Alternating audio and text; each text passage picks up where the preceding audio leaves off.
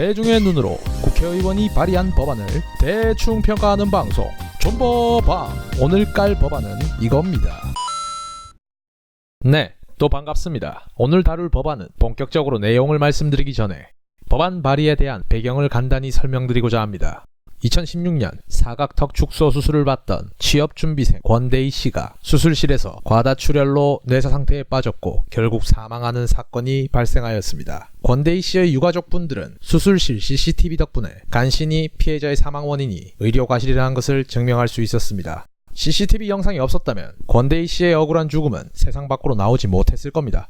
이런 일이 또다시 일어나는 것을 방지하기 위해 2019년 5월 14일 안규백 의원은 해당 법안인 의료법 개정안을 발의합니다. 하지만 어째서인지 단 하루 만에 법안 발의에 참석한 5명의 의원이 공동 발의를 철회했고 법안의 발의에 필요한 최소의 인원수, 정족수가 충족되지 않아 해당 법안은 철회되게 됩니다. 그리고 2019년 5월 21일 안규백 의원은 본인을 포함한 총 15명의 의원으로 다시 해당 법안을 발의하게 됩니다. 빠져나간 5명의 의원, 다시 발의할 때의 의원수 총 15명.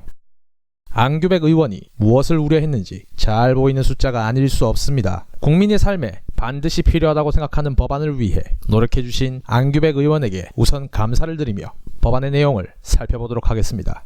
의료법의 제2절 권리와 의무 부분에는 의료인이 책임을 지고 반드시 해야 하는 항목들이 나와 있습니다. 안규백 의원의 의료법 개정안은 이 항목의 가장 마지막에 제26조 2를 신설하는 것입니다. 제26조의 2 의료 행위에 관한 촬영 등을 간단히 설명하면 다음과 같습니다. 제1항 의료사고의 위험이 높은 의료 행위를 할 때 환자나 보호자의 동의를 받아 의료 행위를 개인정보보호법 제2조 제7호에 따른 영상정보 처리기기로 촬영해야 한다.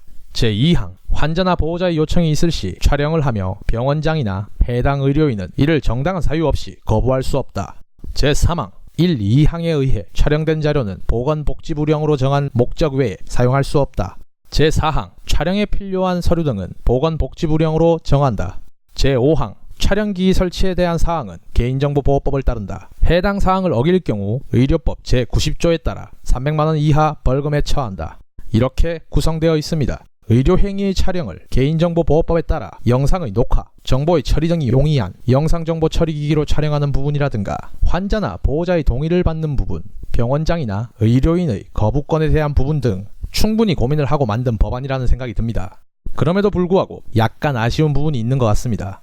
가장 첫 번째로는 벌금에 대한 부분입니다. 이번 고 권대희 씨의 사고를 보자면 유족들이 성형외과의 원장 등 3명을 상대로 제기한 손해배상 청구 소송에서 법원은 4억 3천여만 원을 지급하라고 판결했습니다. 만약 악질적인 의료인이 환자나 보호자 모르게 영상을 제거한 후 영상을 촬영하지 않았다, 실수였다 라는 식으로 변명을 하며 벌금 300만 원을 내면 병원의 손해를 최소화할 수 있는 거죠.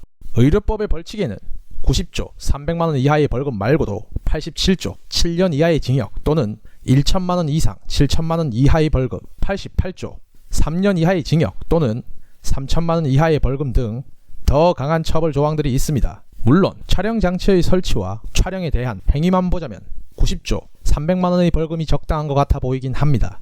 하지만 환자의 생명과 직결된다는 결과를 생각한다면 300만 원의 벌금은 솜방망이 처벌이라는 생각이 듭니다. 두 번째로 촬영기기의 설치 및 관리에 대한 부분을 개인정보보호법에 따른다라는 5항에 대한 내용입니다. 개인정보보호법 제25조 8항에 보면 영상정보 처리기기 운영자는 기기의 설치 및 운영을 위탁할 수 있다고 되어 있습니다. 즉 수술실의 CCTV의 설치 및 관리를 병원 외 사람에게 맡기고 그 책임을 전가할 가능성이 있다는 겁니다. 물론 제26조 6항에 보면 위탁을 했다 하더라도 위탁을 받은 사람을 영상정보 처리기기 운영자의 직원으로 판단하기에 어느 정도의 책임을 동시에 가지기는 합니다.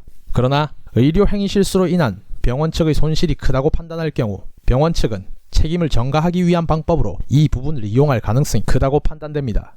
해당 법을 어겼을 시 벌칙이 약하고 책임을 회피할 수 있는 가능성이 있긴 하지만 환자나 보호자의 눈을 완전히 가릴 수 있었던 수술실이나 특정 의료행위 장소에 대한 법안으로는 충분히 중요한 역할을 할 것이라고 판단됩니다. 법안이 통과되고 보건복지부의 현명한 지휘 아래 환자와 보호자들의 인권이 보호되고 환자를 존중하지 않았던 몇몇 의료인에게는 반성과 변화의 기회가 되길 바랍니다.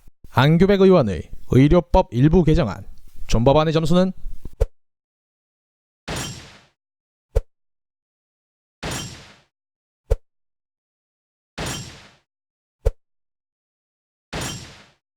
86점입니다. 이 법안이 발의되고 나서 대한의사협회에서는 영상이 노출되면 의사의 프라이버시가 노출되고 그것이 불신으로 이어질 수 있다라며 이 의료법 개정안을 반대했다고 합니다. 저는 의사가 아니라서 잘 모르겠습니다만 만약 의사라는 직업에서 환자의 목숨보다 중요한 프라이버시가 존재한다면 그게 무엇인지 꼭 알려주시기 바랍니다.